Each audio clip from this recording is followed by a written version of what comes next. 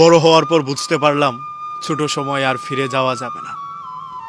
এই যে সময় পেরিয়ে যখন দুঃখ জমাতে শুরু করলাম, তখন বুঝতে পারলাম এই দুঃখগুলো আমি ছাড়া আর অন্য কারোই হবে না।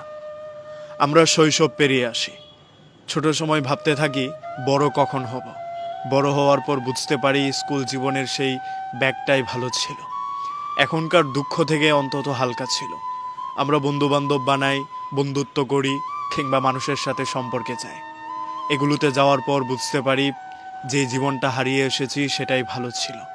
এখানে শুধু মানুষ মিথ্যে প্রতিশ্রুতি দেয়, থেকে যাওয়ার কথা বলে ছেড়ে যায়, রেখে দেবে বলে ছেড়ে দেয়, কিংবা সম্পর্ক সারা জীবন রাখবে বলে প্রতিজ্ঞা ভেঙে দিয়ে যায়। ক্ষণে ক্ষণে মন ভাঙা দেখে এটা বুঝতে পারলাম বড় হয়ে ভুল হয়েছে, শৈশবটাই ভালো ছিল। এই যে ছোট সময় 10 টাকায় যে আনন্দটা কিনতে পারতাম, সে আনন্দটা এখন 1000 টাকায় মন ভরায় না। বন্ধুদের সাথে বিকেলে খেলাধুলাটা এখন আর অন্য কিছুতেই পরিপূর্ণতা হয় না। ছোট সময় কিংবা ছেড়ে আসা বয়সটা এখনকার সময়ের চেয়ে অনেক বেশি ভালো ছিল।